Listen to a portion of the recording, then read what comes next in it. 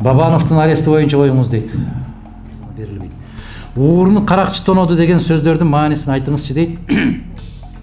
Азыркы кусуп аткандар ууру болгон болсо, кустуруп аткандар экинчиси. Агай соц тармактарда сиздин үй бүлөңүз жөнүндө маалымат жүрүп жатат.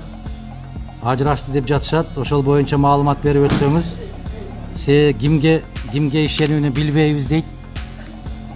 Мына соңку мезгилдерде ораза айым боюнча аябай көп сөз чыгат. Ушуну бере албай атсаңар керек да. Менин кызым экен. Апасы да белгилүү экен.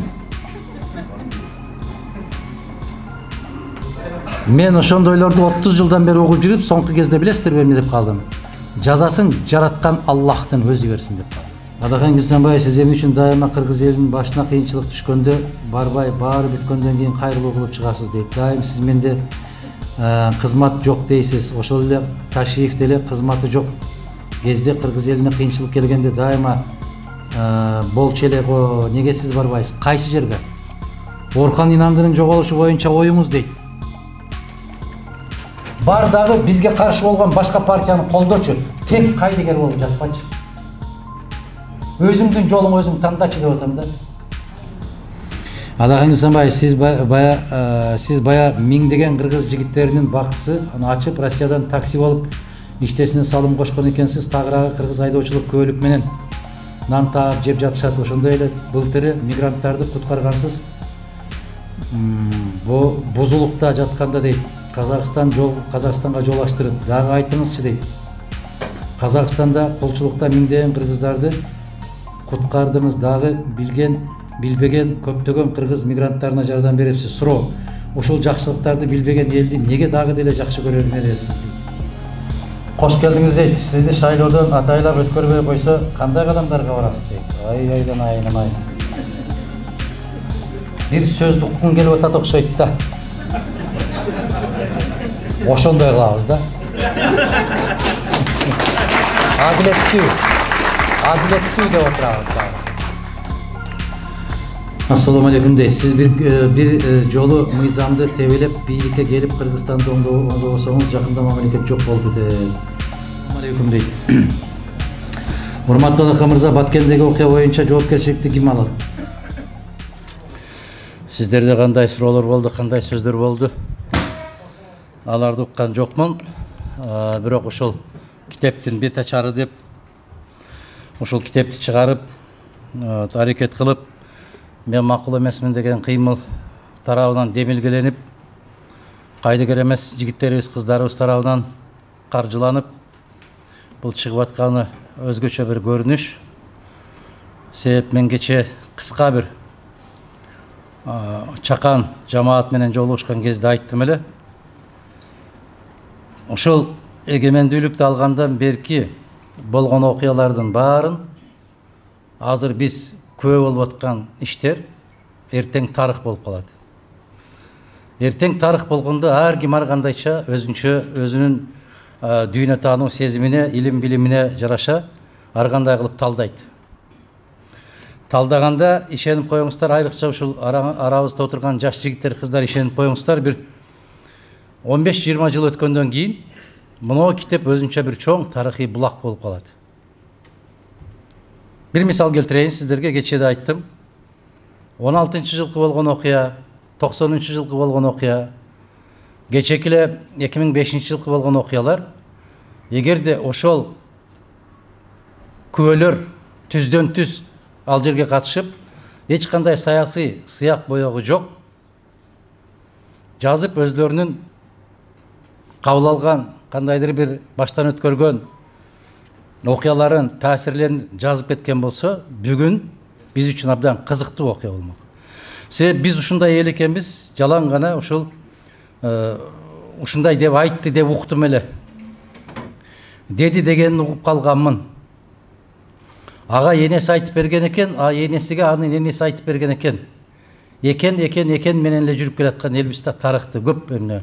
Мына ол жерде накта ушул баштан өткөргөн биздин бүгүнкү замандаштарыбыз, жарандарыбыз жазып кеткен экен. Биринчи кезекте мына ушул ой жаралып, ушул демилге көтөрүп, мына ошону ишке ашырууга кол кабыш кылган жигиттерибизге, кыздарыбызга, ага эжекелерибизге, ини карындаштарыбызга чын дилден, чын жүрөктөн мен силерге рахмат айтып коеюн. Мына ошонун бет ачарын жасап, расмий түрдө чакырганыңыздарга терең ыраазычылык билдирем. Мен барактап чыктым, кечээ колума тийип, көп жерде менин аттарым аталган экен. Бир сөз менен айтканда, мына ушул китеп аркылуу мен дагы бир 25 жыл жашардым, 25 жылга. Эмнеге? Себеп 95-жылы болгон окуяларды эстеринде бар эжекелерибиз, агаларыбыз ушул жерге эскермелерин жазышыптыр. Айрыкча мына бет ачарындагы Гүлбара деген эжекебиздин окуясы поезд менен каттап турган мезгилдеки чек арадагы көргөн кордуктары үйлөрүнө барымтага коюп, каражат алып, андан Россияга келип, буюм түйүмдөрдү алып бараткандагы кордуктары же үйдөн да жок, же чүйдөн да жок болуп, чек арачыларга, бажычыларга баарын алдырып койгон, азаптардын баарын кайрадан бир сыйла көз алдынан өткөргөндөр бар экен. 92-93 жылдарында Нарын Ноокат районунан, Кара Суу районунан, Өзгөн районунан аябаганда көп кишилер, биздин карындаштар, эжекелер тамеки өстүрөбүз, Казакстанда тамеки өстүрүүчүлөргө абдан чоң акча төлөйт экен деген сөздү угуп, дүңүнөн ошол жака жөнөгөн учурлар болгон. Автобустар менен кеткен учурлар болгон. Бир көчө болуп алып, жыйналып алып кеткен учурлар болгон. Бул ошол 93-94 жылдардагы окуялар. Андан бери канча жыл? Ар жагынан 7 жыл, бул жагынан 21 жыл. Ошондо туулган бала бүгүн 28ге чыгыптыр. 28деги балага ал нерсе түшүнүксүз. Ал эмес 10 жашар бала 38ге чыкты, 38деги жигиттер менен кыздарга дагы ал окуялар түшүнүксүз. Не деген ачуу көз жаштар тамган, не деген тагдырлар талкаланган, не деген кордуктар көрүлгөн, аны билген киши жок.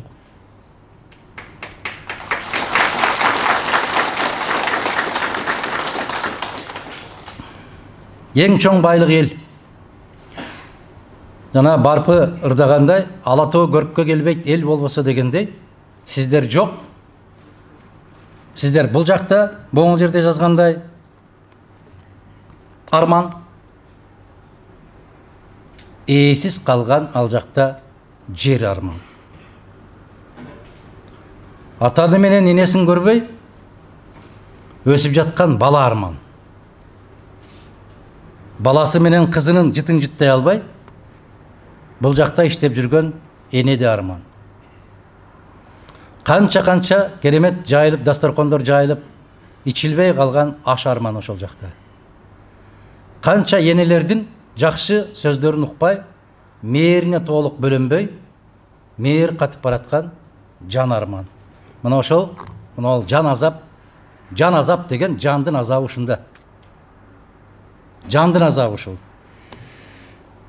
Өлкөнүн азабы, ар бир улуттун азабы жеке инсандын азабынан куралат. Мына китеп боюнча өзүңүздөр сүйлөсөңүздөр керек. Мен дагы бир жолу айтам.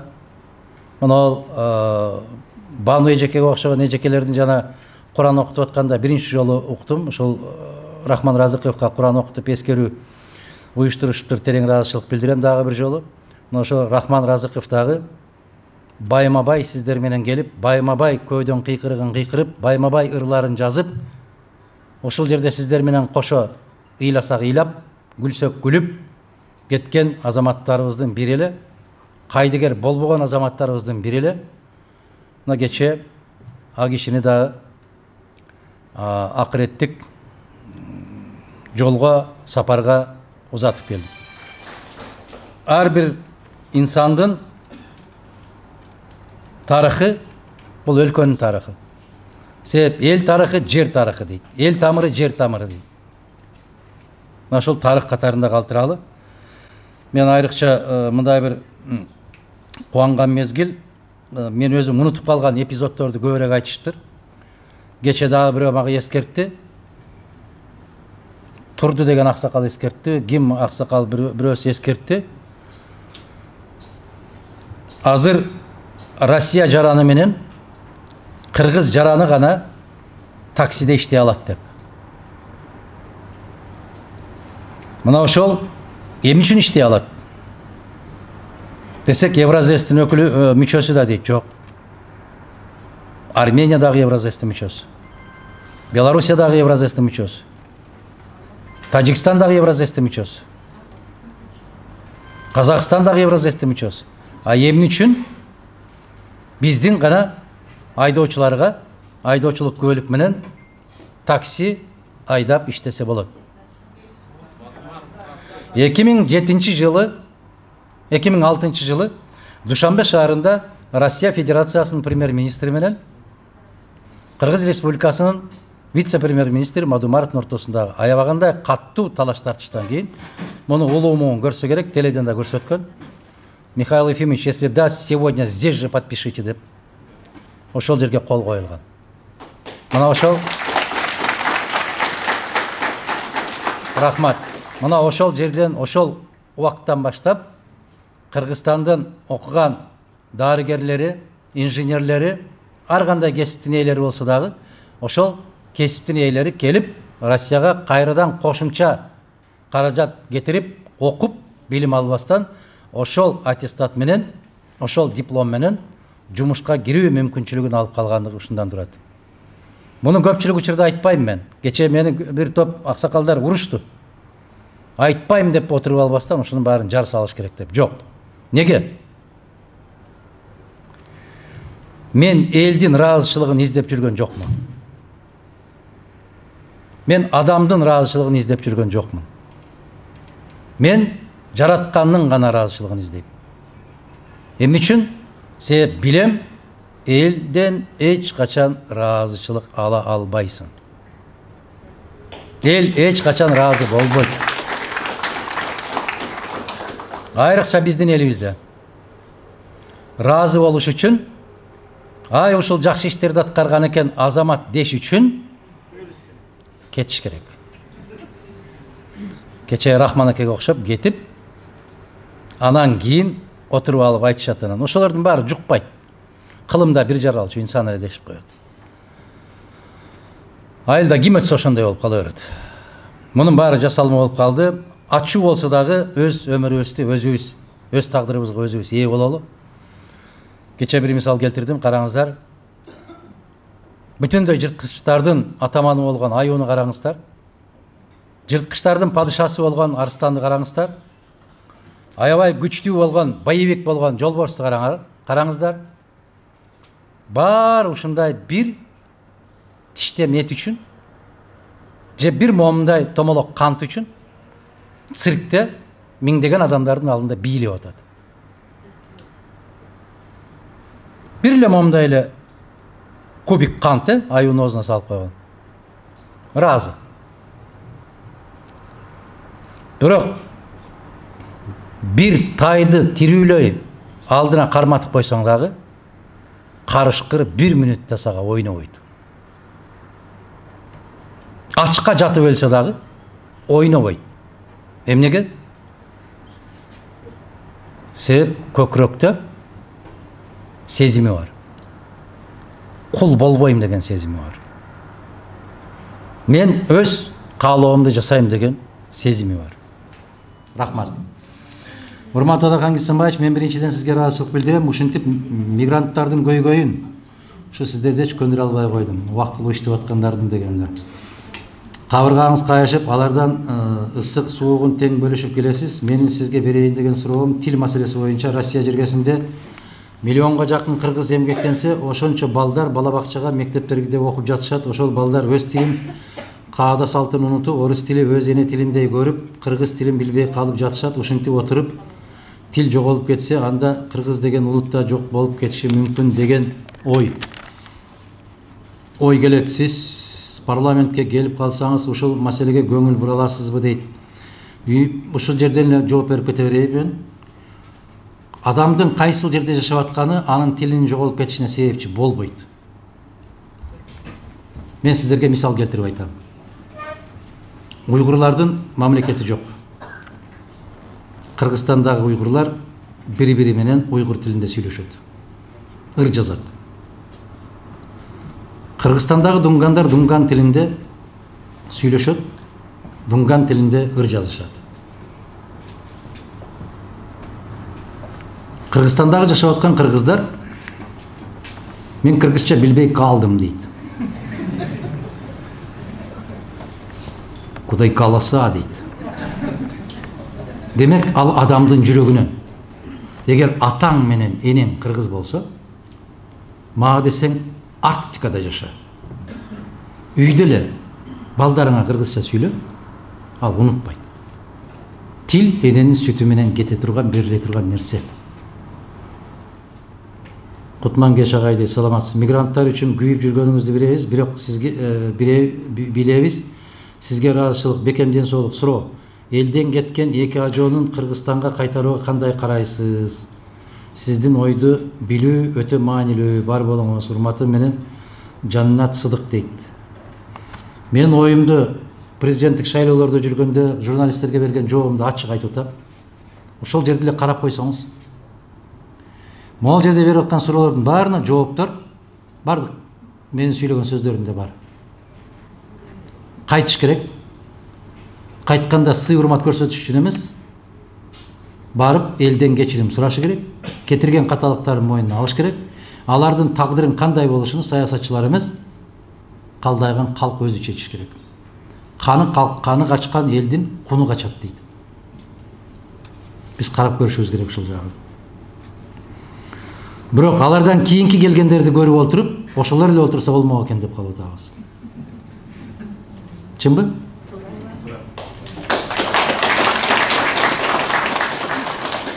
Саясий экономикалык кайшылык маалында бийликти колдоп туруу зарылбы же ушул абалга кептеп койгон үчүн сындап турган пайдалуубу дейт.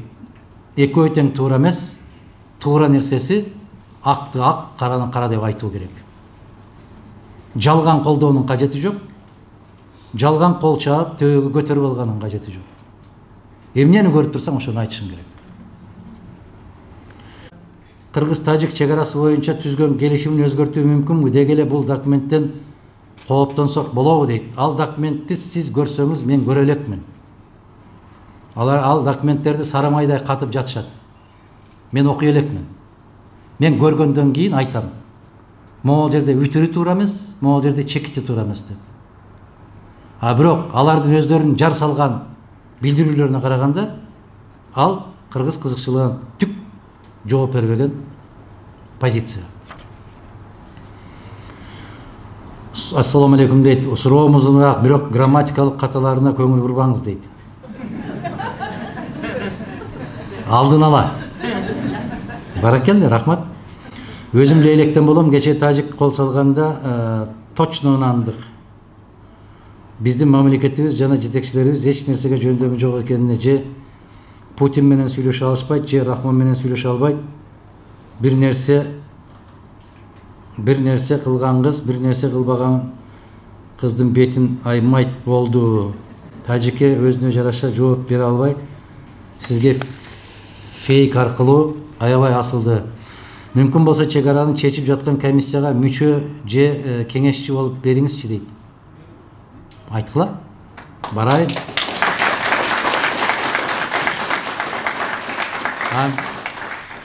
Мени ким чакырат аерге? Ал жерге кириш үчүн доканса болуш керек.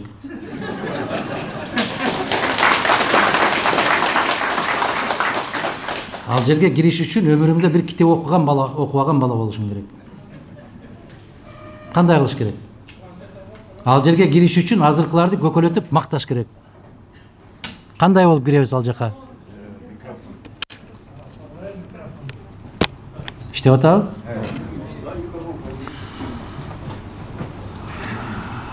Айта берсең арман көп дейт, уккан кыргыз жок дейт. Сизге ден соолук, рахмат.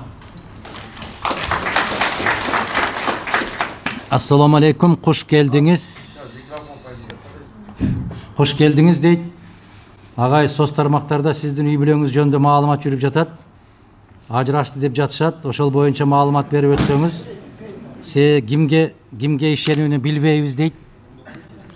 Кимге ишенгенди билбегенде, кимге ишенгенди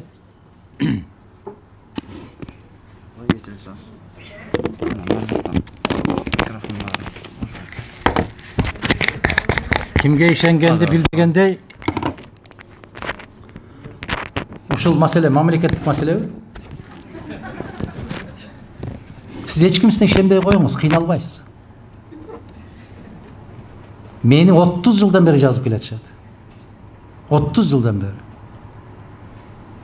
Мына араңарды силерди ким деп эмне деп жазып атат? Эгер силерди гезитке башка жакка жазбаган болсо, силер ойлобогула, мен жөнүндө эч ким эч нерсе деп атат. Айлыңарга алсаңар, көчөңөрдөн угасыңар. Мына жерде жүрүп үйлөнүп алганыңар бар. Бул жерде жүрүп күйөөгө чыгып алганыңар бар.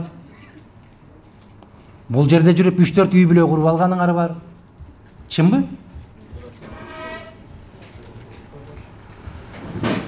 Мен ошолорго ыраазычылык билдирем. Себеп пенденин күнөөсү көп болот. Ушундай деген сайын күнөөсү жуулат. Мына соңку мезгилдерде ораза айым боюнча аябай көп сөз чыгат. Ушуну бере албай атсаңар керек да. Менин кызым экен. Апасы да белгилүү экен. Мен ошондойлорду 30 жылдан бери угуп жүрүп, соңку кезде билесиздерби эмне деп калдым?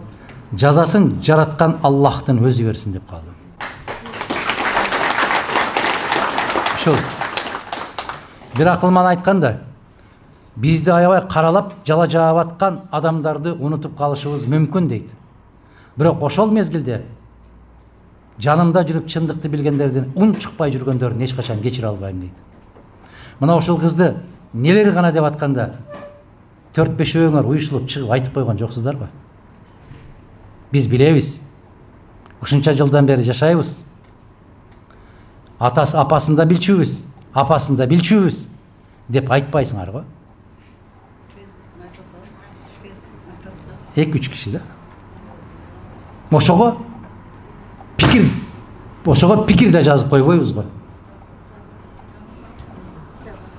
Мейли, мен кечирим сурайм, жаздыңар.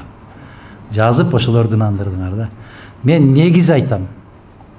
Ошол сыяктуу эле менин аркамдан не деген сөздөр чыгат?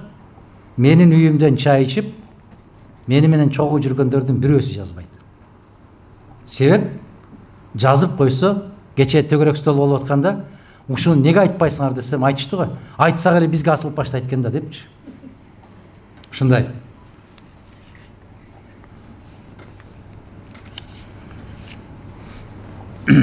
Могу жерде жүргөн жигит жүрбөйбү, жаш бала? Ошол мен эң кенже уулум. Эч көрүнбөйт дагы, мен ошого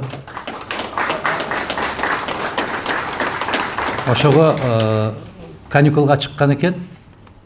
Жок дегенде ушул мезгилде, жок дегенде 4-5 күн менен чогуу болсун, мени көрсүн деп ушундай болуп алып жүрөбүз. Азыркы Кыргызстанда болуп өткөн көрүнүштөргө депутаттардын камалышына көз карашыңыз. Кустуризация методун колдойсузбу дейт. Депутаттардын камалышына көз карашым, алар камалышы керек, бирок мыйзамдуу камалышы керек.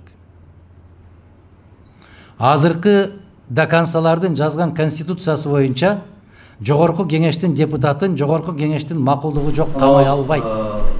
А конституция түз Кур'ан окутуп атканда биринчи жолу иштешпейт. Мен аларды канчалык жалгыз менин душманым эмес, Кыргызстанга душманчылык жасадагы, бирок мыйзамдуу жол менен деп айтат. Мыйзамдуу жол менен далилдеп, мойнуна коюп, бүтүндөй элге жарыялап, кусуп атса канча кусуп атат, кыргыз казынасына түшүп атабы, же экөөнү ачып койгон өзгөчө эсебине түшүп атабы? Каяка түшүп атат? Кусуп эле атат, бирок биз көрбөй атабыз го. Же кускандарын убактысында бирөө тазалап, кайра жутуп коюп атабы? Нени көрүп атабыз биз? Элдин алдындагы маалымат кайда? Ушундай болуп калды азыр. Жаш балдар мына ошол 10-11 жаштагы балдар айтып атат. Кыргызстан керемет дейт. 10 миллионду урда дагы 1 миллион таштап коюп, кайрадан тапшырып кой, ито карма алып калсаң дейт. 9 миллион менен жашай бербейсиңби жыргап дейт. Ушул идеология жүрүп атабы? Жүрүп атат. Жүрүп атат. Керемет идеология жүрүп атат. Анан бул жакта отуруп алып кыйкыра берет экенбиз. Ай, каттуу күрөш жүрүп атат, каттуу күрөш. Ал күрөштөн сага не пайда? Чек ара ачылганда мен айттым эле, ал чек ара ачылгандан биздин элге, мамлекетке не пайда? Зыяны көп деп айттым беле? Ошондо эмне дедиңиздер? Мадумаровго эч нерсе жакпайт, чек ара ачылса да жакпай атат. Деге эмне кылыш керек буга? Дегенсиздер. Мен айткамын, чек ара ачылса кыргыз дыйкандары тап катарында жок болот дегенмин. Неге? Бүтүндөй Чүйдүн тегерегинде, Оштун тегерегинде, Жалал Абадтын тегерегинде курулган күнөс калалардын баары банкрот. Биз өз бадыраңыбызды, өз помидорубузду жей албай калдык. Себеп Кыргызстанда 1 килограмм бадыраң өндүрүш үчүн кеминде 75-90 сом сарптайсың. Өзбекстан 20 сом сарптайт. Бизден 4 есе аз сарптайт. Ошон үчүн алардын бадыраңы келгенде бизден 4 есе арзан келет. Кандай дейсиздер? Анан арзан келсе бизге жакшы да дейсиздер да. Мына 3 тегирменчинин кесепетинен Кыргызстандагы буудай өндүрүүчүлөр жок болгон. 3 жыл баштагы менин сөзүм эсиңиздердеби? Дебатка чыкканда бир азамат айтты эле.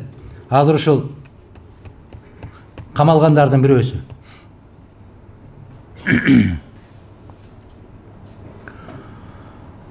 Казакстан менен Россиядан ун алабыз. Мына ошол Кыргызстанга кирген ундун баажы төлөмүнөн бошотуп коюшту. 3 тегирменчи, 3 тең депутат болуп отурат парламентте. Азыр да отурушат. Азыр да отурушат деген бирөөсү жок. Алар эмне кылды? Сырттан ташып киришти. Ундун баасын бажы төлөмү жок. Кыргызстанда буудай өндүрүү пайдасыз болуп калды. Буудай өндүргөн жерлердин баарын эмне кылдык? 5 сотиктан бөлүп сатып жибердик. Айдоо жерлерди. Эми караңыздар. Биз ундан, нандан толук түрдө көз карандылыкка кептелдик. Эгерде кошуна мамлекеттер ун чыгарбай койсо, чек арадан ун өткөрбөй койсо, 2 жуманын ичинде не кырдаал түзүлөрүн элестеткилейм. Ар бир мамлекет ушунда мамлекет болот, өзүн өзү тамак аш менен камсыз кыла алса. А биз бүгүн кыла албайбыз андай. Бул узун сөз созулуп кетет. Ошол кустуруп аткандарды ушулардын кустурса болмок эле. Бир мыйзам кабыл алуу менен 1,5 миллиард сомдон ашык зыян келтирди деп мен айтып бердим. Мойнуна коюп бердим. Шыкмаматов деген мырза айтты. Ким Шыкмаматов эмес, жана Момбеков деген мырза айтты. Айтканыңыз толук, биз ошону кабыл алдык, бирок өкмөт колдоп берчи деп бизди туруп алганда деп. Адахан агай, ассаламу алейкум, атым Рустам, Талас областындагы жери кени эл үчүн иштеп атабы, эгерде эл үчүн иштебесе, кандай жол менен токтотууга болот дейт. Шайлоодо токтоткула, шайлоодо. Шайлоодо токтоткула садагаларым. 5 жыл кыйкырба дейт. Бир күндө чечип кое турган күнүң бар. Ал шайлоо күн. Бирок шайлоодо уктап калып атпайбызбы? Жер үйгени ким үчүн иштеп атканын азыр айтсам түшүнбөйсүздөр. Жаман көрүнүп калышы мүмкүн сиздерге. Эртең айтсам кече эмне айтпадыңыз дейсиңер. Ушундай абалым менин абалым ушундай. Кече бир мисал келтирдим да. Жаштар бирөөсү суроо берип атат мага Кыргызстанда. Акаевдин мезгилинде эмне ун чыккан жоксуз дейт. Сурадым да. Кайсы жылы туулгансың? 2000-жылы туулган экен. Акаев качан кетти? 2005 кетти. 5 жашар бала болгон экен. 5 жашар бала эмес, азыр 50дөгү кишилердин да түшүнбөй атат. Бирок ушул суроону бер деп бирөө бердирип атат да. Аттың дүнүйө. Мына кече Россиянын президенти Путин Американын телеканалына интервью берди. Караңыздарчы, сүйлөп атканда сүйлөтө койбой атат. Берген жообун тескери кылып түшүндүрүп атат. Кече Байден менен болгон жолугушуусун бир канча телеканалдарын карадым мен. Жанакы CNN'ден, Евроньюстан таптакыр башкача берет. Ошондуктан биз качан бактылуу эл болобуз? Коштаңдын айтканына, досуңдун айтканына, Facebook'тан айтканына, YouTube'тан айтканына ишенбей, өзүң эмне деп ойлойсуң? Айланайын садагам, кел отур. Өзүңдүн оюң кандай?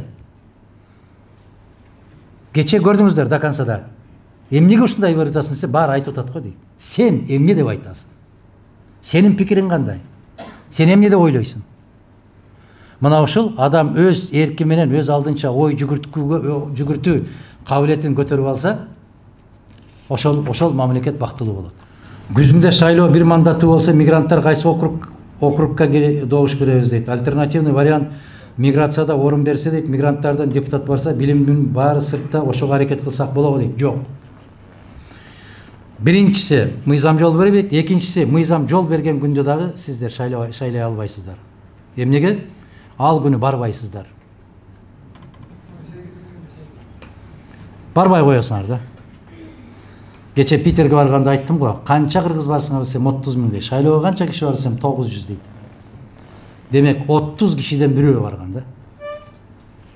29-на баары бир. Сиздер айттыңыздар го мага 4 жыл башта. Эгерде электрондук каттоону укугун алып берсеңиз, биз бирөөбүз да калбай барабыз дедиңиздер го. Айттыңарбы? Сиздер унутсаңар, мен унутпайм мындайда. Сиздер мага ошондой тапшырма бергенсиздер. Биз кайра жазып отуруп, кайра керектүү кишилер аркылуу айтып отуруп, электрондук каттоо укугун бердик. Барган жоксуңар го.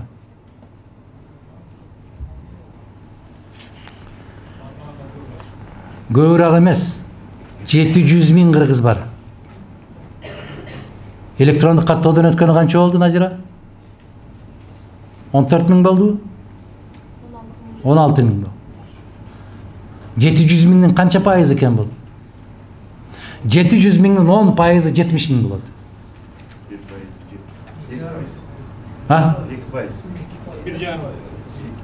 2 да жетпейт. Эми карагыла. Бул не деген?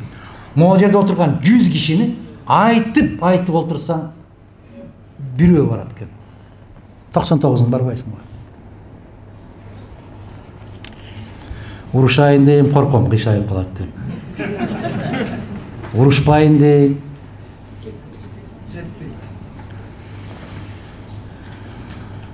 Чарчатат да ушинтипчи.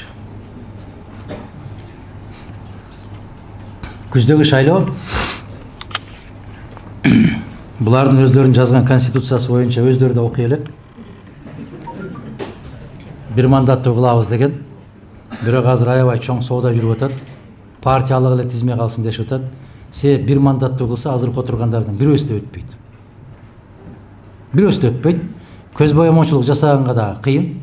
Булар бир мандаттуу кылабыз деп бүтүн Кыргызстандын гана программасын көчүрүп алган. Бирок кантип ишке ашырышын билбейт. Мен айтат, ушуларды айтып койбойсузбу дейт. Жок, мен көп учурда акылым болгон эмес экен, алдын ала айта бериптирмин, аларга шпаргалканы бере бериптирмин. Мен айткандарды алар кайталап чыкса, силер ишенет экенсиңер. Мен айтсам ишенбейт экенсиңер, себеп мен кыргызча айтат экенмин. Мен Салижан агайым айткандай, кыргызга орусча айтмайынча ишенбейт деген сөз туура экен. Ошон үчүн 4 айдан бери унчукпай атам.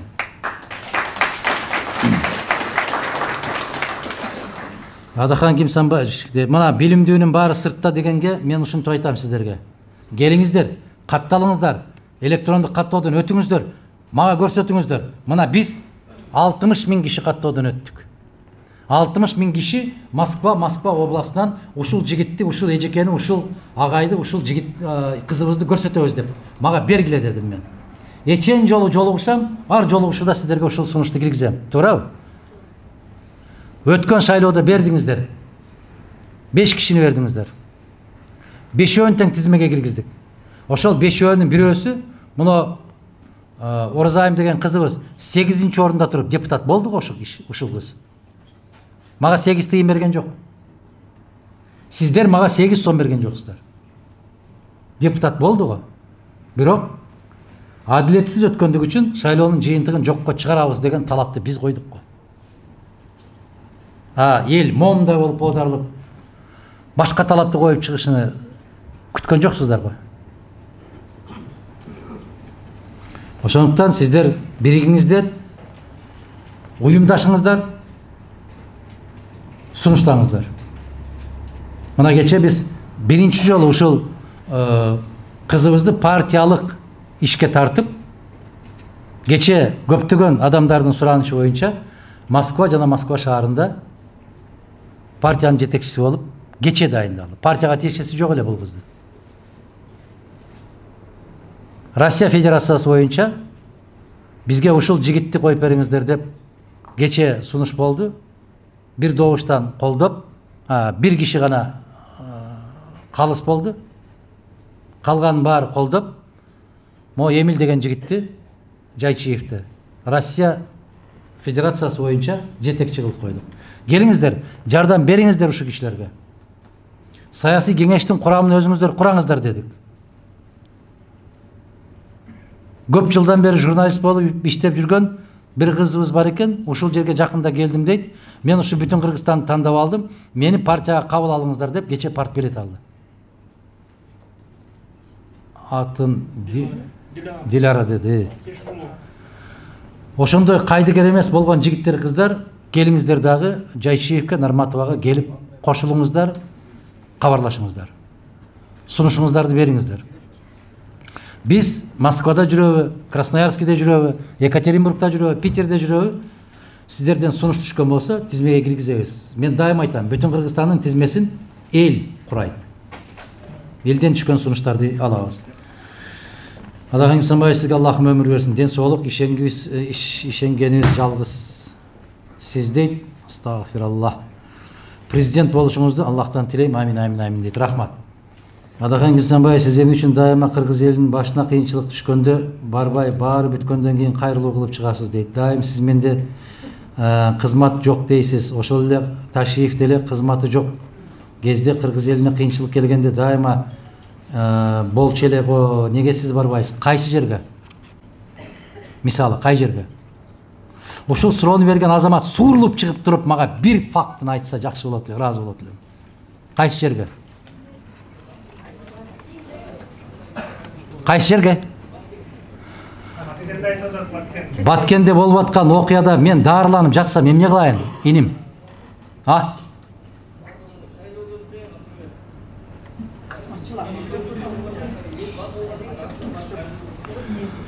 Сиз иним, мен барган жерлерди эсептеп бериңизчи. Мен барган жерге барбагандарды, башкаларын эсептеп бериңизчи. Мен тескерисинче айтам. Мадумаровдун баскан жолун, Мадумаровдун барган жерине сиз айтып аткан жигиттердин түшүнө да кире элек. Мына могу жерге дагы менден башка бир кишини басып барганын көрө элекмин мен. Же Солтон Сары кабылобу? Я.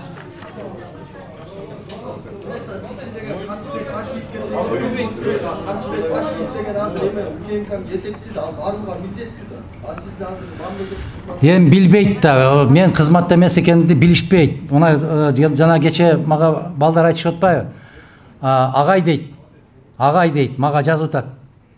Мадумаровдун мандатын алыш керек деп жазып атат дейт. Жазды, окудуңарбы? Мадумаров 13 жыл башта мандатын таштап кеткенин билбейт да ал. Мага бирөө суроо ушул жигит сыяктуу болуп бирөө суроо берип атат да, ушул маселени сиз чечип койбойсузбу дейт. Мен ким катары чечем десем, сиз үстүндө отурасызбы дейт. Кече жакын деле. Анан тан бересиң. Мени дагы эле же депутат, же вице-премьер, же министр деп ойлойт экен. Ушунун ишин алып койбойсуңар деп кайрылып атпайбы? Мына кече баткендик эмес, баткендиктерди артынан жетелеп баргандарды сүйлөттү го. Баткенде алар өмүрүндө болуп көргөн эмес. Азыркы жетекчиңердин мына силер суктанып аткан азаматтарга модага айланды. Өзү менен кошо бир автобус элди жүктөп жүрүп, ошолорго сүйлөп туруп, ошол жердин атынан, элдин атынан сүйлөп турган. Андай болбойт иним. Андай болбойт. Мадумаров барган жердин жарымына да бар элек алар.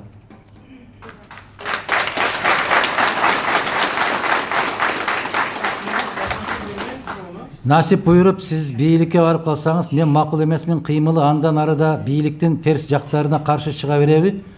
Бийликке баргандар өзгөрүлүп кетчү адаттары бар эмеспи? Бийликке барганда өзгөрүлүп кетпейт. Алар бийликке чейин эле ошондой. Үйлөнгөндөн кийин башка кыз болуп калбайт. Ошол эле сүйлөшүп жүргөндөгү эле кызың. Тек гана сенин көзүңө башкача көрүнүп турган ал кезде. Коюп күндө жасанып келип, үйлөнүп аткандагы, күйөөгө чыгып аткандагы жигиттериңер деле ошол эле жигиттер. Силер атаңа, апаңа ыйлактап жүрүп, ушуга тийбесем деп атаңды энеңди коркутуп жүрүп чыккан жигит ошол эле жигит. Бирок сен аны көргөн эмессиң. Жаман жагын жашырган. Жуунуп келип турган. Колунда гүлү. Кааласаң момпосы, кааласаң балмуздак колунда турган. Алдайт. Баары алдайт. Саясатчылар муну жашоодо, жалган жашоодогу эң жалганды көп айткан булар саясатчылар болот. Сүйлөп туруп, эл наразы болуп кеткен болсо, мен андай деген жокмун деп кайтып берет. Мен айткан жокмун дейт. Сен мени туура эмес түшүнүп калдың деп кайра өзүңдү уят кылат. Ошондуктан үйлөнүп аткан жигиттер дагы абайлагыла. Күйөөгө чыгып аткан кыздарым, карындаштарым абайлагыла. Шайлап атканда дагы абайлагыла. Ошол.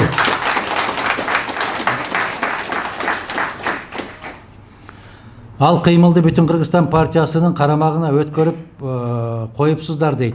Бул кыймыл эч кайсы саясий партияга карабайт. Өткөрүп коюпсуздар деп ишенимдүү түрдө айтып атат. Өзүңүз айтып атасыз, кыймыл деп айтып атасыз. Кыймыл партия эмес. Бишкекте дагы, Москвада дагы, Россияда дагы эки кыймыл бар. Макул эмесмин, укугум бар деген. Булар бир да саясий партияга кирбейт. Ошондуктан могул жерде Тажыбай деген мырзаны мен укугум бар, мына сиздер ушул жигитти менин укугум бар деген кыймылга төрага кылыпсыздар го. Өзүңүздөр шайлапсыздар го. Мен кече айттым, бүгүн жолуктум мен Тажыбай мырзага, жана Куран окуган жерде жолугуп, кызмат куттуу болсун дедим. Менден бир киши да сураган жок го. Ошол кыймылдын уюштуруучусу, кыймылдын демилгечиси катары менден да сурап койгон жоксуң, өзүңүздөр чечтиңиздер го. Мен келип угуп атам, мен куттуктап атам, абдан туура чечим деп атам. Эгерде башка эжекени, башка жигитти койсоңуздар, мен айтам, туура аябай аракет кылып жүргөн азамат кайдыгер эмес деп. Кыймыл партияга кирбейт. Кыймыл партиядан кенен. Ал кыймылдын ичинде каалаган партиянын өкүлдөрү бар. Бир партияга таандык эмес ал. Ал бүтүндөй кайдыгер эмес кыргыз жарандарынын кыймылы. Азыркы бийликте жүргүзгөн иштеринин баарын пиар деп ойлойм дейт. Кумтөр боюнча сиздин оюңузду уккум келет. Айта берип, кумтөр боюнча эч нерсеси калган жок. Рахман Разыков айткандай, алтын калбады деп айтканда айтпады беле. Алтын калбаса ал жерге эмне? Картошка эккени бар жүрөбү канадалыктардын.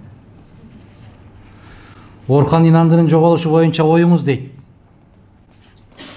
Мен кандай оюм болушу мүмкүн? Туугандар, 13 жыл болды. 1 saat мамлекеттик кызматта иштебегениме. 13 жыл болды. Мен 28 майда жогорку кеңеш таштап чыгып кеткенимде, сентябрдын аягында Коопсуздук кеңешинин таштап чыгып кеткенинден бери ошондо туулган азамат 13-кө чыгып атат. Ошондогу 13 жашар жигит бүгүн 26-да. Сиздер бул жерде иш жумуш менен жүрөсүздөр. Мен жумушсуз жүрөм 13 жылдан бери.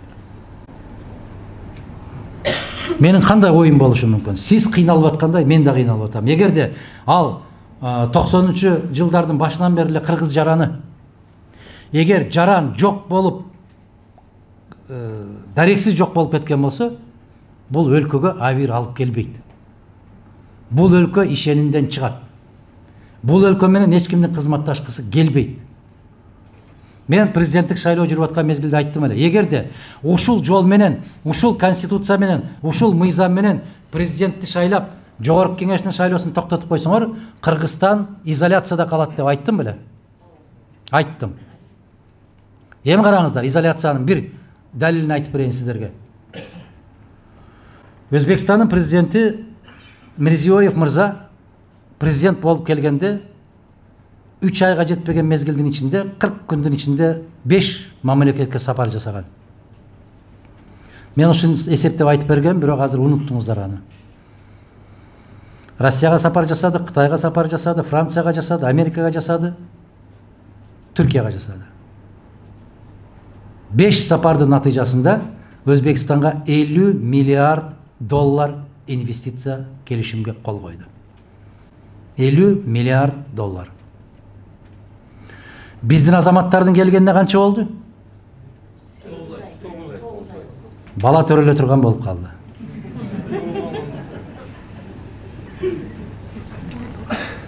Канча инвестиция тартылды? 1 доллар жок. 1 доллар да жок. Тескерисинче, не деген апааттар, не деген кыйынчылыктар, не деген башаламандыктар болуп атат. Менин айтканым туура чыктыбы? Дагы кандай мисал келтирейин? Изоляцияда калат дегенде, жана кыйкырып аткандар, кеттиле кетти, келдиле келди, түштүле түштү, учурашты, амандашты дегендер. Бул протокол. Эртең сиз болуп калсаңыз, сиз да ошондой кабыл алганга милдеттүү. Бирок, мына эжелерим билет, жеңелерим билет. Өтө жаман көрүп аткан тууганыңар келип калса да, кел отур деп коесуңар.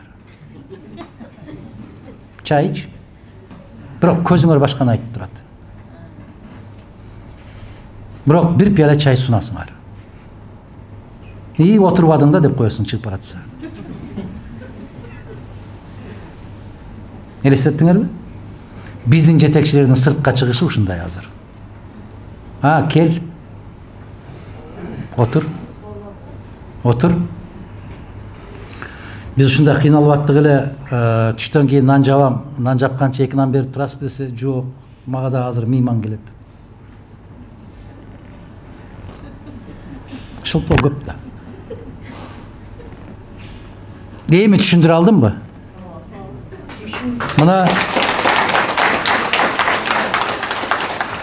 Муну Жээнбеков келип кеткенде ач кыйкырыкты салды. Сочиде жолукту, экөө кучакташты, тим менен ажыраша албай ушундай болду. Башына бале түштү, бир ооз сөз айтылдыбы? Жок. Саламатсызбы, сизге ыраазычылык айтып коеюн дейт. Менин 4 эркек, бир тууганым үлүш жер иштетишет.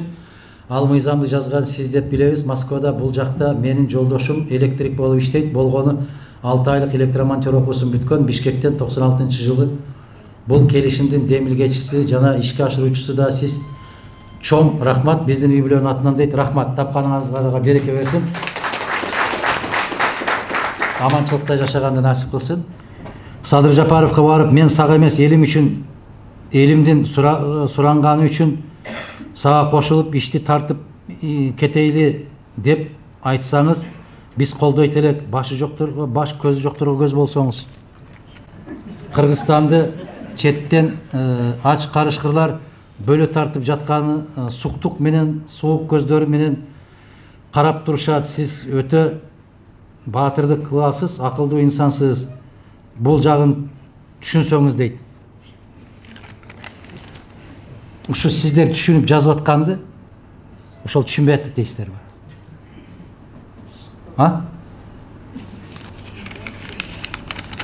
Мен өмүрүмдө ушул жашка келип бирөөдөн бирдеме сурап барган эмесмин, барбайм дагы.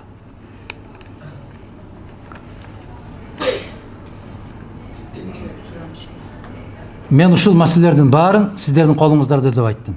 Каалайсыздарбы, чечкиле. Кантип чечесиздер? Шайлоодо чечесиздер. Логистикалык борбор салганга көз карашыңыз кандай? Бизге түшүнүк берип коюңуз. Менин да түшүнүгүм жок. Чындыгында менде андай түшүнүк жок. Неге? Логистикалык борбор куруу боюнча келишимдин бир да тамгасын окуй элекмин мен. Сиздер туура түшүнгүлө. Мен көзүм менен көрүп, окуп чыккан конституцияны сындайм. Көзүм менен көрүп, окуп чыккан мыйзамды сындайм. Сырткы, ички саясатты кагаздан окугандан кийин сындайм. Ушундай деп уктум, деди деп атат деген нерсеге баа бере албайм.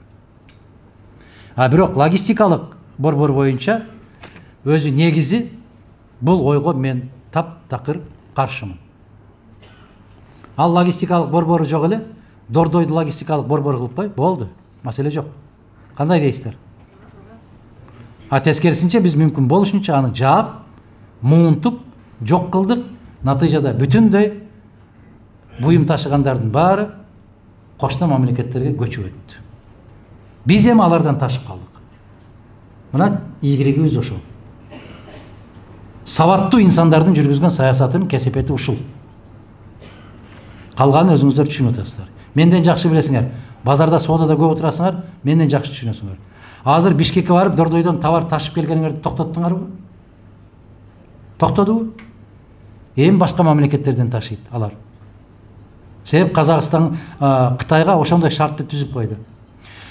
Түркиядан келген ишкерлердин бүтүндөй баары акырындап кошуна мамлекетке чыгып баратат. Бүттү. Башта биз дүйнөнү дүңгүрөтүп, тикмечилерибиз керемет деп Кыргызстанда жасалган деген брендти чыгарат элек. Эми ошолордун акырындап алардын дагы саны азайып баратат. Сиз бийликке келип калсаңыз, биринчи болуп Кыргызстанды курутуп жаткан сетевой маркетинг бизнесин жок кылың дейт. Өзбекстан контрабандасы менен катуу күрөшүң дейт. Өзбекстан мигранттарын бизде иштегенге тыюу салың. Астагфиралла. Биз өткөн жылы, баштагы жылы мен силерге цифраны айттым. 220 миңден ашык кыргыз чыгып кетти. 220 миңден ашык Өзбекстандын жараны Кыргызстанга толук жашоого кирди. Көчүп кирди. Мен сиздерге момундай деп айттым. Могу бөтөлкөдөгү бош жер калганда, ушул жерге эмне куюп койсоң жарашат.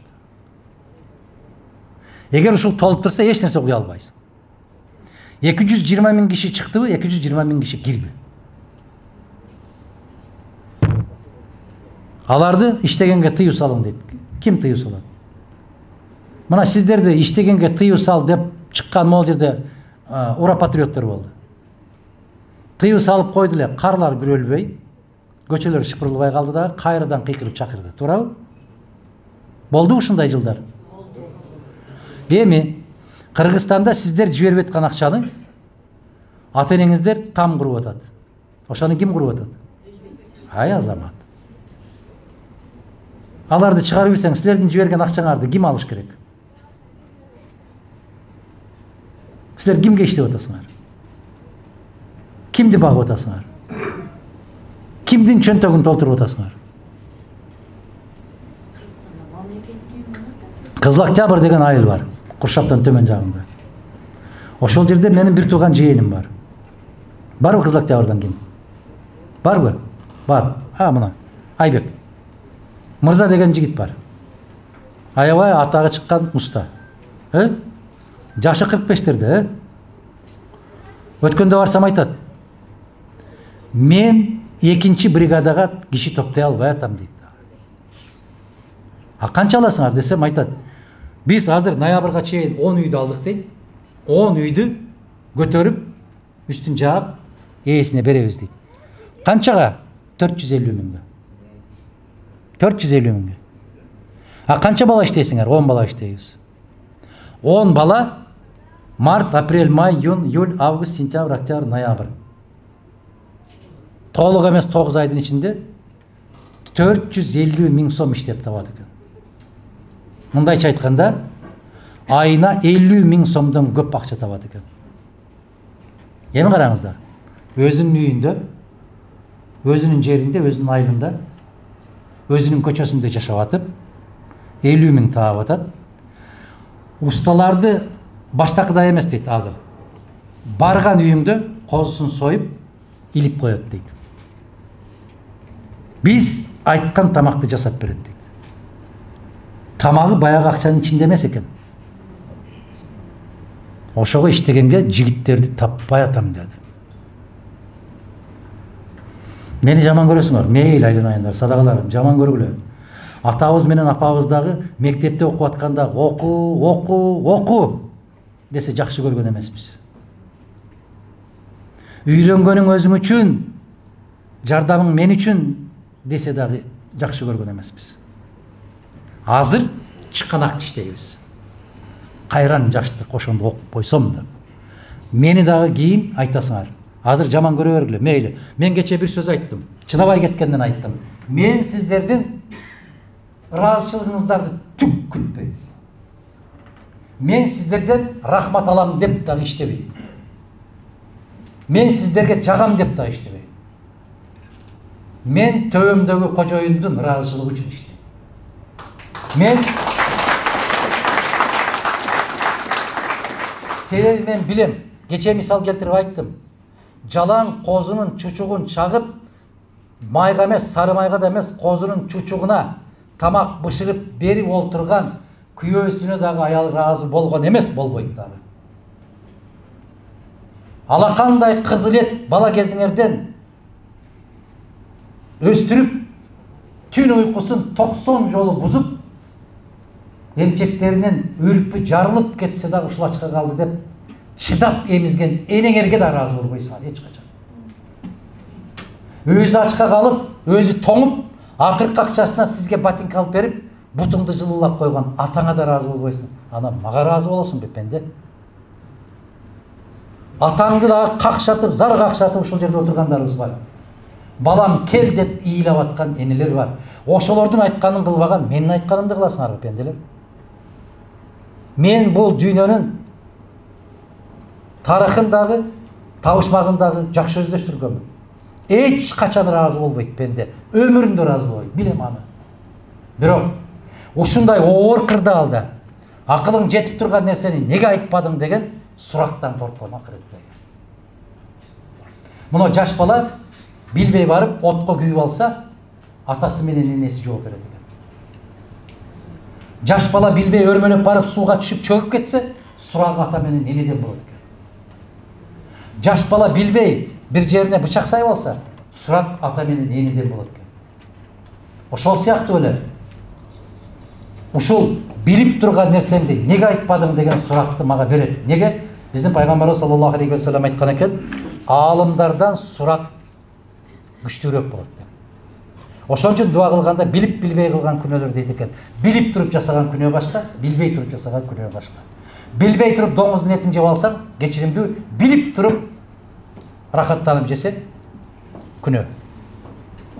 Ошол сыяктуу мен көзүм жетип туруп, сиздерди эскертип коюу гана.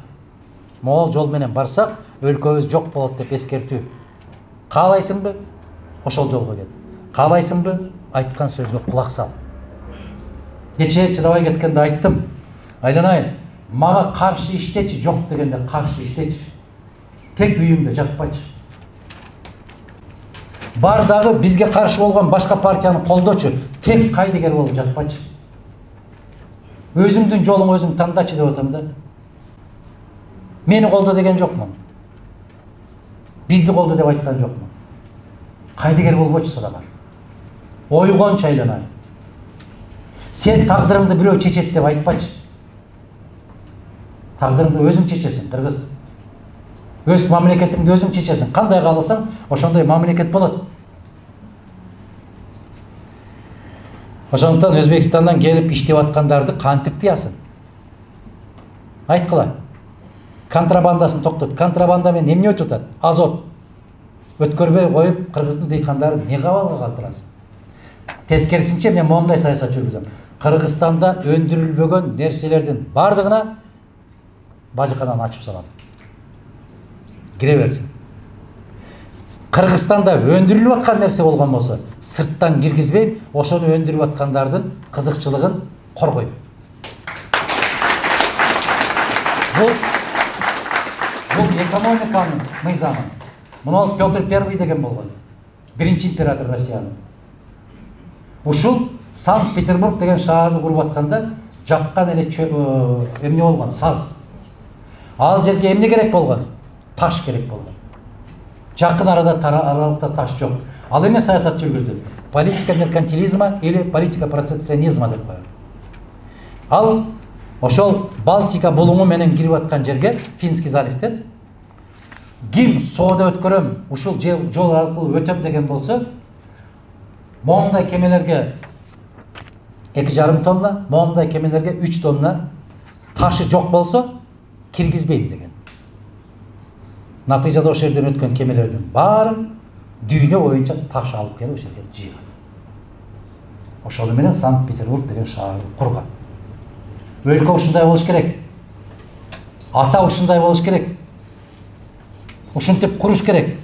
Анан тескерисинче сүт берип аткан уйду союп, даңгана кылып таратып жибериш керек да. Кош келипсиз дейт. Садыр Жапаров президент катарында өз адамдарын парламентке алып келеби, себеби өз кызыкчылыгын ишке ашырууда дейт. Өзүңүз суроо берип, жообун берип коюңуз. Тездете бежеке, сиздин сурооңуз боюнча азыр. Азыркы фейктер дейт, тажик тарап кыргыз оппозициясына акча төлөп, Жапаровдун бийлигин Ташиевди кошо жамандатып каршы болуп жатат деп, айрыкча Мадумаров Рахмондон акча алып каршы болуп жатат дейт. Туура. Абдан туура айтыптыр. Деп жамандап атат дейт. Мадумаров Гитлерде сирге кол салдырган, билесиңерби? Мадумаров жазда барып Тажикстанда бүт көчөттөрдү эгип жүргөн, көрдүңөрбү? Эми акыл жетип турган киши кандай деши керек эми?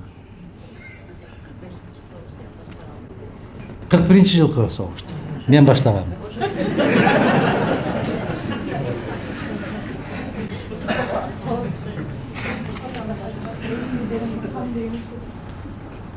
Бирок ушунун баарын мен күлүп койчумун да, күлүп коюм. Бирок бир жерде чогулуш өткөрүп атканда мен ушуну айтып бердим, чыдабай кеттим да.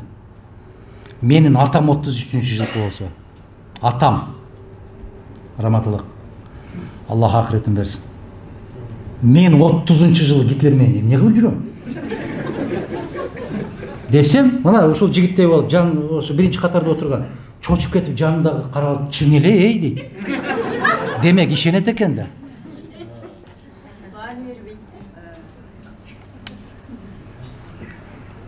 Мыйзамдуу жол менен адилеттүүлүккө сиз менен жете алабызбы дейт. Биздин эл түшүнүп болгончо ага адамдын өмүрү жетпей калат дейт. Нух алейхиссалам пайгамбар 950 жыл жашаган, 50 жашында пайгамбарлык макам келген, 900 жыл элди туура жолго чакырган. Натыйжада 80ден ашпаган эл гана ошол 900 жылда ишенди пайгамбарга, калган ишенген жок. Өзүнүн баласы да ишенбей койду. Натыйжада өзүнүн баласы да топон суунун астында калды. 80ге жакын киши ишенди да кетти. А мен киммин айланайын, садагаларым? Сиз адилеттүүлүк менен жетебиз дегенче жашоо жетпейт дейт. Мен билем ага, көзүм жетет. Мен айтпадым беле, жанагы 37-жылы атылып кеткендердин баары какшап кеткен, билген алар дагы.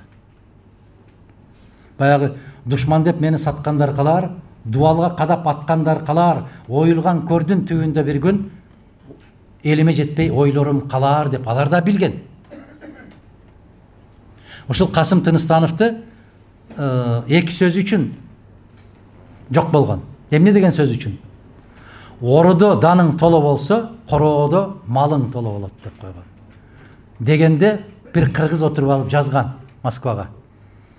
Мұны ол орого даныңды толтырдағы мамлекетке тапшырыба деп елді чақырып атат деп жазған. Аны жазған Алы Тоқонбаев екен. Аны маға айтып берген Марташимович Байжиев болды. Себеп 85 жылы Масали билікке келгенде Марташимович Байжиевті чақырып алып айтқан екен, сіз реабилитация, ақтау комиссиясын төраға болып, ақты ақ, қараны қара қылып бөліп беріңізші деп комиссия түзіп, ошо кишини жетекчи кылып киргизген экен. Ошондо мага Мар Байжиев аксакал, Аллах өмүр берсин, 90-га жакындап баратат. Ошо киши көрдүңөрбү мени менен сүйлөшкөн сөзү. Мына ошол сөзүндө айтып атат. Айланайын Адахан дейт. Кыкемдин бүт баарын кыкем эле жок кылган экен дейт. Бир да орус жазбаптыр дейт. Бир да орус атпаптыр дейт. Мен айттым, Марташимович, мен аны билем. Мен тарых факультетін бүтүргөнмүн. Мен ушул Россияда университетте окуп атып, биринчи кыргыз саясатчылары жана алардын тагдыры деп диплом жазганмын. Первые кыргызские лидеры и их судьбы деген темада мен дипломдук ишим ушул. Ошол Тыныстанов жок, ошол Абдыкадыр Орозбеков, ошол Жусуп Абдырахманов, Баял Сакеев, Абдыкерим Садыков, Ишенал Арабаев. Мына ушу бешөө жөнүндө жазганмын. Аябай жакшы билем мен. Алардын арасында убактыңарды бир аз созуп коюп атам. Алардын арасында дагы бир керемет инсан болгон. Аябай керемет инсан болгон. Салихов деген. Мына ошо кишинин тагдыры менин ушундай чекеңе учук чыгара тургандай тагдыр экен ушунун тагдыры. Ошол Лейлектен үйлөнөт, өзү ошол жактан келин алып келет. Бир жылга жетпей, кайнатасы кайненеси каза болуп калат. Бир кайнысы калып калат. Ошо кайнысын өзү алып келип, жездеси, бүгүнкү заманда элестеткиле. Жездеси эмес, абасы да алып кетти. Алып келип, өзүнүн үйүндө жашатып, Бишкекте окутуп, аябай жогорку билимге жеткирип койсо, ошол жазып атпайбы аркасынан НКВДга. Акысын жеп, уур деп. Ушул ушундай сөз айтып атат үйдө деп. Бул өтө чоң кайгы, туугандар. Эмнеден улам айтылып кетти ушул сөз? Мына ол мыйзамдуулук боюнча адилеттүү жол менен барабыз деп тура берсеңиздер деп. Туура, мен билем өмүр жетпейт. Мына Рахман Разыковдагы соңку ырында көрүп атасыздарбы? Өмүр жетпей, бир күн сен да мен да ак кепинге оролуп кетербиз бул дүйнөдөн деп атат. Баары сезет. Ошол сыяктуу эле биз жетебизби, жетпейбизби? Ал менин материалдык кызыкчылыгым эмес. Нух пайгамбар ошол 900 жыл айтып жүрүп, эч бирин көндүрө албай койду. Андан кийинки пайгамбарларды билесиздер. 500 жылдап, 400 жылдап, 280 жылдап жашашты, айтышты, бирок баарын тепкилеп жүрүп жок кылып келди. Кайсы пайгамбар жыргап жашады? Бирөө да жыргап жашаган жок. Баарын эмне деп атты? Мына ал кезде фейктер бар эле. Ошол фейктердин тукумдары бүгүн бир гана айырмачылыгы, булар көбөйүп кетти балалап. Анан шайтандын мынол аспабына тезирээк жетишип калды. Ушул чыккандан бери Кыргызстандагы шайтандар ыйлайт дейт, биз ишсиз калдык деп дейт. Баары ушул жол менен барабыз туугандар. Жетебизби, жетпейбизби ал башка маселе, бирок ушул жолдон тайбайбыз. Ушул жол менен барабыз. Адахан Гүлсанбаев, сиз бая миңдеген кыргыз жигиттеринин бактысы ачып, Россиядан такси болуп иштесине салым кошкон экенсиз. Тагыраагы кыргыз айдоочулук көөлүк менен нан таап жеп жатышат. Ошондой эле былтыры мигранттарды куткаргансыз бузулукта жатканда дейт, Казакстанга жол аштырып, дагы айтыңызчы дейт. Казакстанда колчулукта миңдеген кыргыздарды куткардыңыз, дагы билбеген көптөгөн кыргыз мигранттарына жардам берипсиз. Суроо, ушул жакшылыктарды билбеген элди неге дагы деле жакшы көрө бересиз дейт.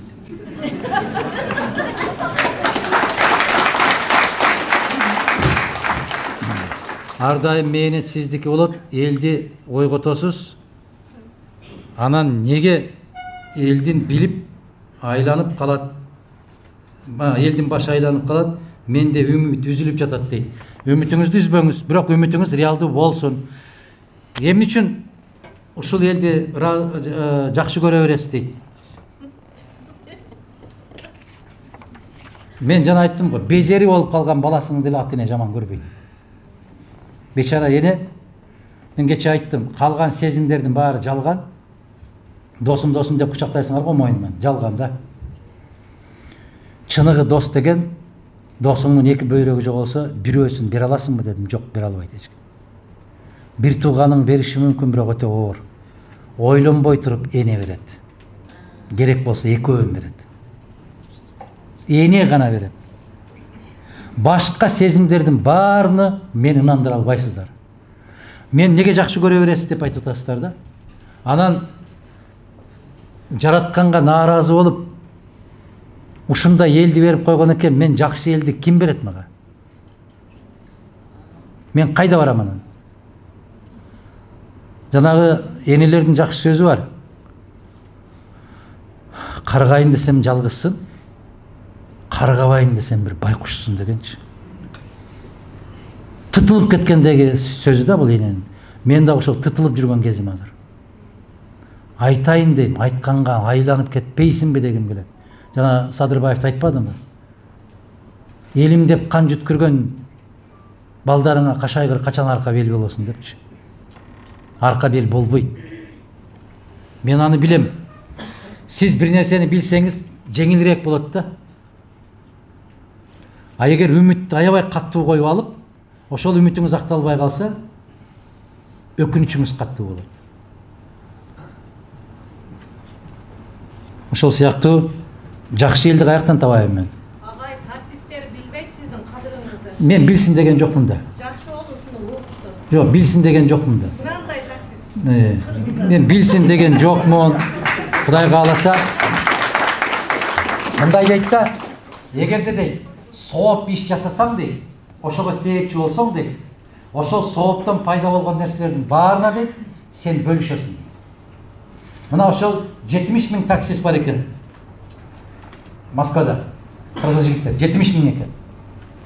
Ошол 70 000-нин жок дегенде 10%, 7 000-и адал эмгек кылып, тапканынан катма окутуп, тапканынан ооз аштырып, тапканынан орозо тутуп, тапканын жетим жесирлерге жардам берип аткан болсо, ошолордун бөлүшкөн сообу Аллах мага берекесин берген болсо мага жетиштүү болот. Ошого ыраазы болом.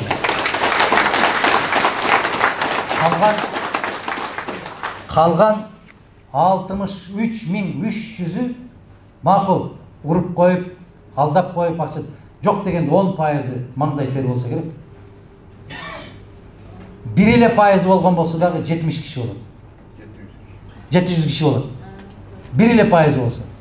Ошол 700 кишинин күндө 24 саат сайын жасап аткан сооп ишин мага бөлүп турган болсо, бул рахат эмес. Ал балдар сөзсүз келип менин колумду өп, тапканы менен бөлүшүп, же жок дегенде бир кафеге чакырып коюш ыраазычылыгын мага кажети жок. Сооп иштин бүт баарын эсебин Аллах Таала өзү билет. Ал эсепке өтө кылдат зат. Мен ушудан үмүт кылам. Агай азыр эле айткан экономиканы көтөрүү методун Кыргыз Республикасында өндүргөн продукцияларды коргоймун дегениңизди бекер айттыңыз. Тигил отурган каттуу сөздөр менен жазыпсыздар. Эгерде мен муну окуп койгон болсом, мага туура эмес болуп калат. Эми эртең ошолор өз идеясы катарында айтып чыгышат дейт. Мейли. Айтып чыксын, бирок ишке ашырсынчы. Ошол идеяны берип койгон сообун бөлүшсө мага жетиштүү болот. Канча дыйканын ажат ачылат. Канча дыйканын күнү тууйт. Канча дыйканга жеңилдик болот. Мына ошондой. Аллах сизге береке берсин, дайым сизди Аллахка аманат кылып келебиз дейт. Рахмат чоң.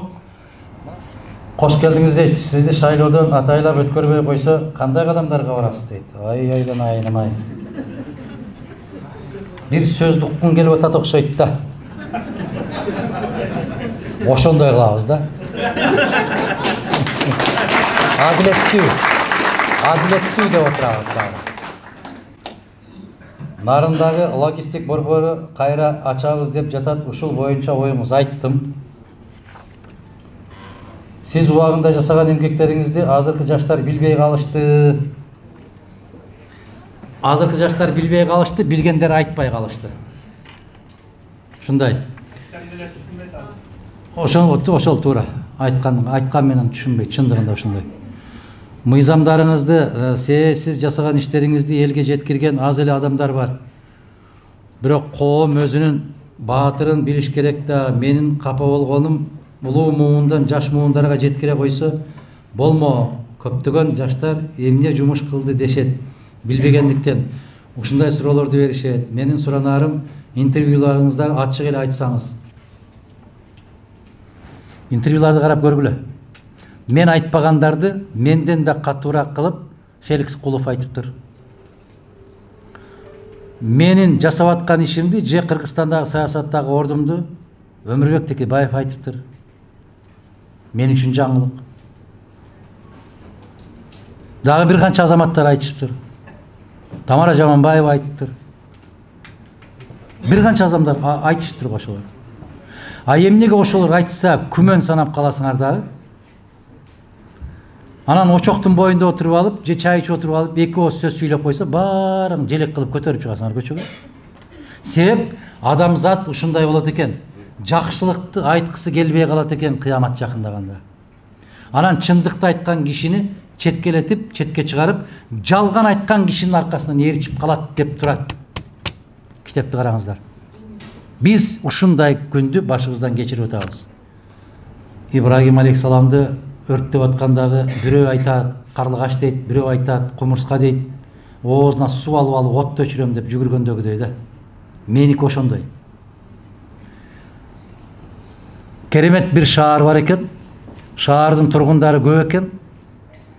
Жараткан Аллах периштелерди чакырып алып, мына ошол шаарды барып көтөрүп, кайрадан көмкөрүп койгула деп буйрук берет экен. Десе периштелердин баары тизилип алып айтат экен. Жараткан Раббибиз ошол жерде, ошол шаарда 3 керемет инсан бар. Таң аткандан күн батканга чейин, күн баткандан таң атканга чейин жалгыз гана өзүңдү улуктап, өзүңө зикир чалып, өзүңдүн гана айткандарыңды аткарып турат. Аларды эмне кылабыз деп.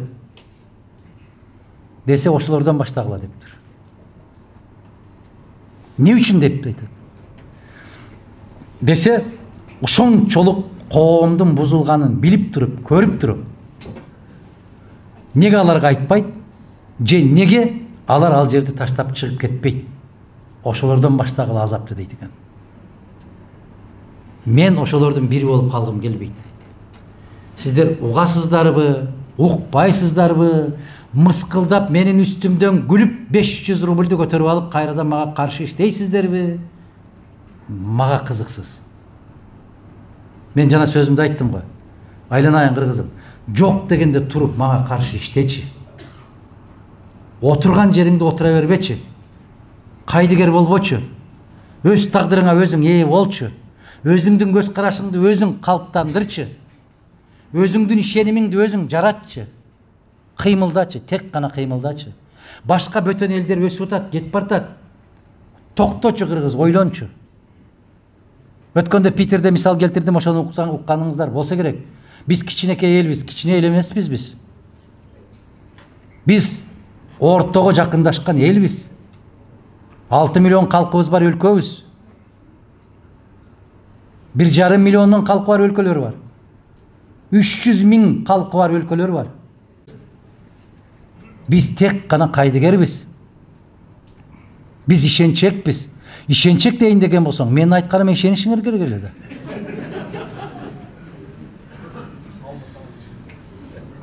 Şu aldаш керек экен.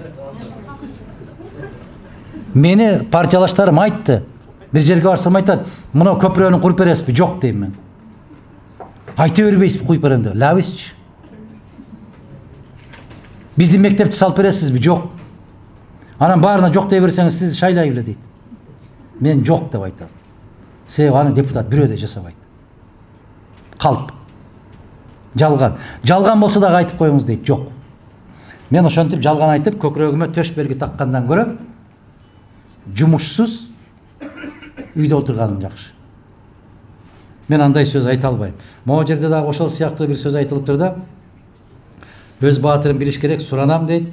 Интервьюларда ачык айтыңыз дегенде, мен айттым, уккан киши укту, уккусу келбеген киши көзү менен көрүп турса дагы айтпайт, ишенбейт. Бабановдун арести боюнча оюңуз дейт. Сиздики кандай? Бабановдун колдоочулары сизди жалгыз үмүт катары көрүп, сизден комментарий күтүп жатышат дейт. Ошол жака түшкөндө бүт баарын менин комментариymди күтөт. Себеп адилеттүүлүк, чындык. Ал жака баары түшүп аткандардын баары адилеттүү түшүп аткан жок, мен сиздерге ачык айтам. Ал жактан чыккандан кийин менин душманым болот. Себеп сүйлөшүшөт, соодалашат. Чыкканда ушуга каршы иштеп бересиңби десе, дейт. Анда чык дейт. Ушундай. Бабанов боюнча эгерде ошондой кылмыш иштери болгон болсо, ачык айт. Эмне үчүн? Кайсы иш үчүн? Эгерде ошол кылмыштар качан жасалган? Ошону жасаганга ким уруксат берген? Ким мүмкүнчүлүк берген? Ошолорду кошо чакыр. Кандай дейсиздер? Биз кылмышты жасаганга шарт түзгөн кишини кошо жазаламайынча бул коррупция токтобойт. Эмне үчүн кезинде айтпайбыз ушуну? Жеңиш Молдахматов эмне үчүн эки кишини отставкага кетиш керек деп койгондон кийин кылмыш иши ачылып калат? Эмне үчүн октябрдагы жасаган ишти келип майда эстейт? Эмне үчүн?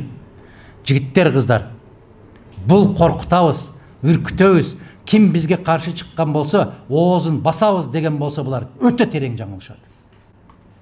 Каттуу жаңылышат.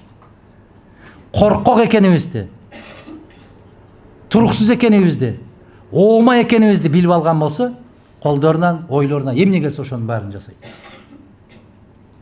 Туруктуулук эч качан жеңилбейт, ишенип коюңуздар. Мен айтып аткан мыйзам боюнча деп атам. Камайсыңбы? Мыйзам боюнча. Эми караңыздар, Советтер Союзу фельдмаршал Паульс колго түшкөндө эмне кылса болот эле? Бир тиште менен тилип салса болот эле. Фельдмаршал эмне кылды? Керемет шартын түзүп берип, эч кандай кыйынчылык көрсөтпөстөн, тек гана сотто далилдеп берди. Нюрнберг процессин билесиздер. Кызылдай 100 миңдеген адамдарды өрттөгөндөрдү дагы атып салган жок, асып койгон жок. Процесс мойнуна койду, ошондон кийин гана жазалады. А бизде андай жок да азыр. Эгерде эртең кармалып отурган азаматтар керектүү кесени толтура кусса, чыгып кетет. Чыккандан кийин сиздер нааразы болосуңар да, буларды кой берди го дейсиңер. Анан ошондо чыгып айтышат. Камап отурганда эмне? Кайтарбадыбы деп. Ал кайтарганынын канча пайызы кесеге түштү? Канча пайызы башка жака кетти? Бир жараткан билет, анан 3 киши билет. Билесиздерби ушуну? Сезип турасыздарбы? Сезбейсиздер. Ассаламу алейкум дейсиз. Сиз бир жолу мыйзамды тебелеп бийликке келип Кыргызстанды оңдобосоңуз, жакында мамлекет жок болуп кетет. Эки заправщик мамлекеттер эмес, акыйкатты айткан адамдарды жеп атышат дейт. Жеп атышса тур. Тур, айланайын. Күрөш. Чык. Айт. Де. Жеп атышат деп отура бербе. Эртең мага кезек келгенче туруп турайын деп. Ишенесиңби? Тур. Тура албайсыңбы? Жатканда сура өзүңдөн. Мен адаммынбы деп. Мен өзү негизи инсанмынбы деп. Ошо суроону берип көрүп, өзүңүздөр жооп издеңиздерчи. Адаммын деп айта алабызбы, жокпу? Мен жана карышкырды бекер айткан жокмун. Ачка калса дагы ойнобойт циркте. Капканга буту түшүп калган болсо, ошол түшкөн жеринен кажып олтуруп, 3 буту менен болсо дагы кетет. Манастын урпактары.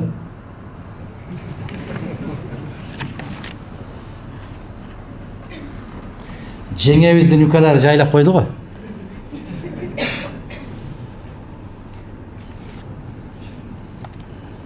Ассаламу алейкум дейт. Урматтуу Ака мырза, Баткендеги окуя боюнча жоопкерчиликти ким алат? Ушул сааттан, ушул күндөн баштап Кыргызстандагы бардык болгон окуяны мойнума алам деген азаматты билесиңер го. Неге менден сурайсыңар? Саламатсызбы агай дейт. Ыйманы напсисинен күчтүү жана ууруну каракчы тоноду деген сөздөрдүн маанисин айтыңызчы дейт.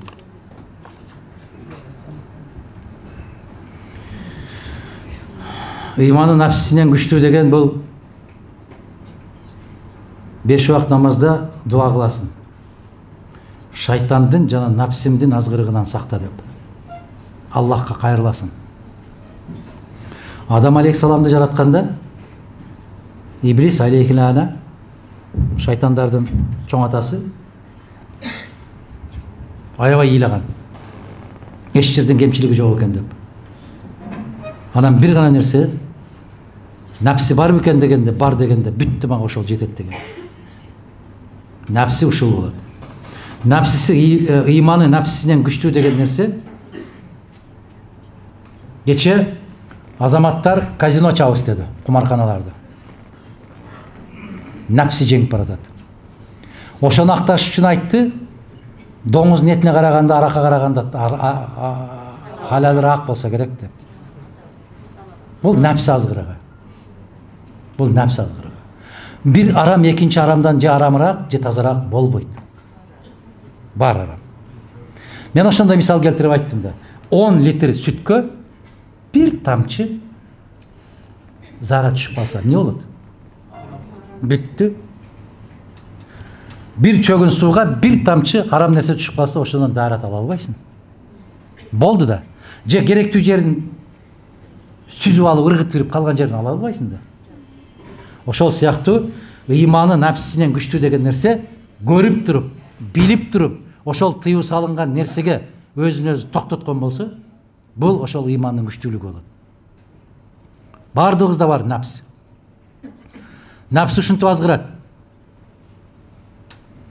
Не кылайын? Азыр могул Али иниңиз айтты го.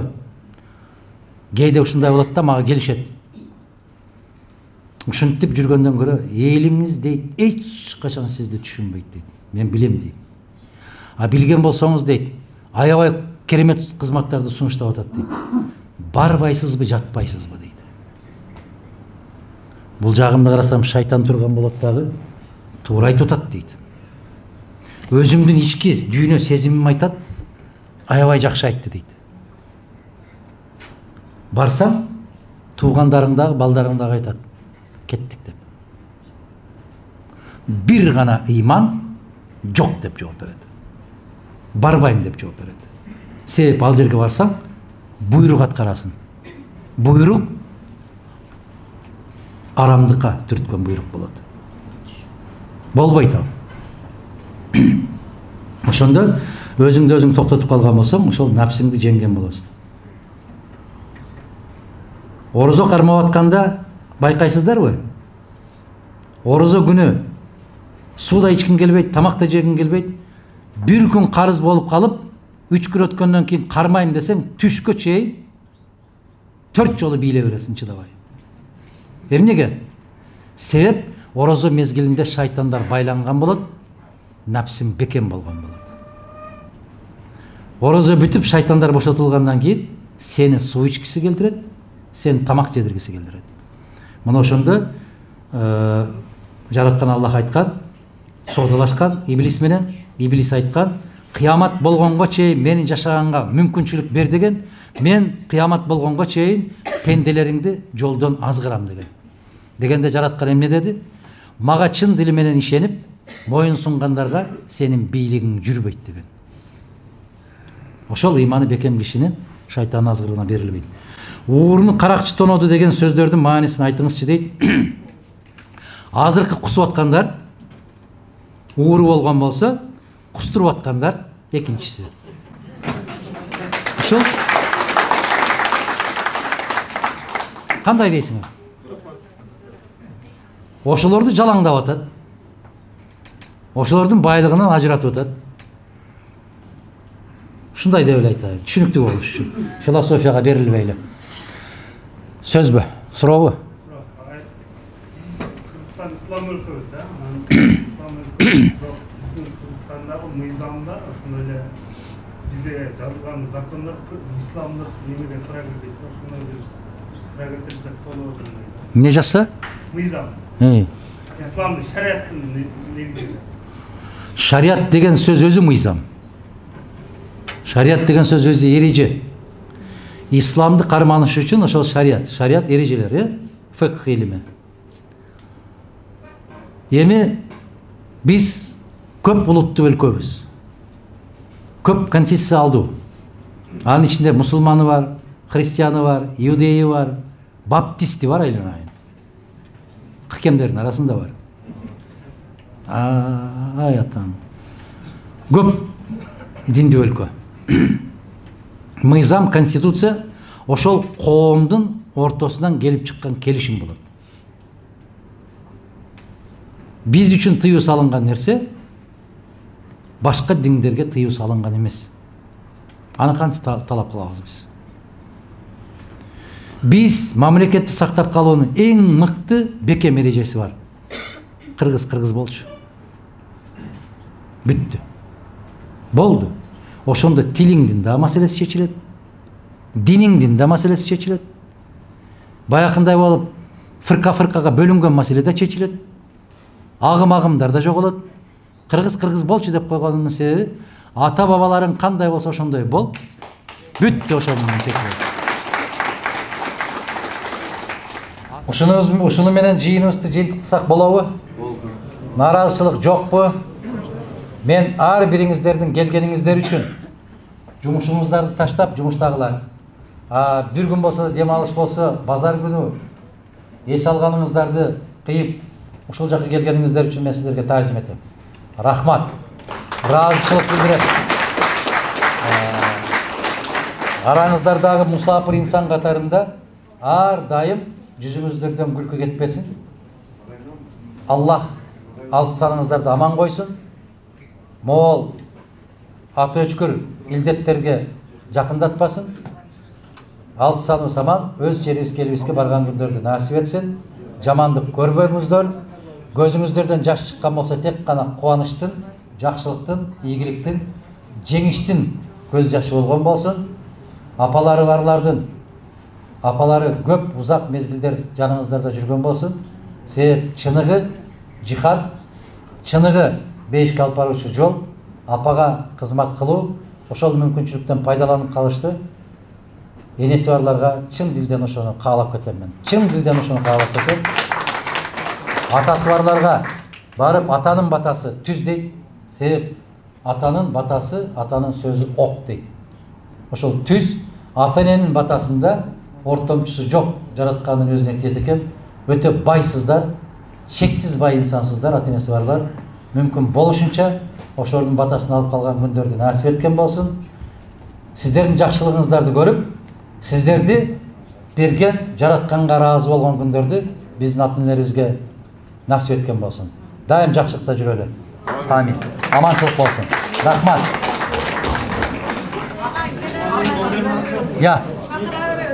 Чакыра беребиз. Сиздер чакыра берсеңиздер эле келе берем мен.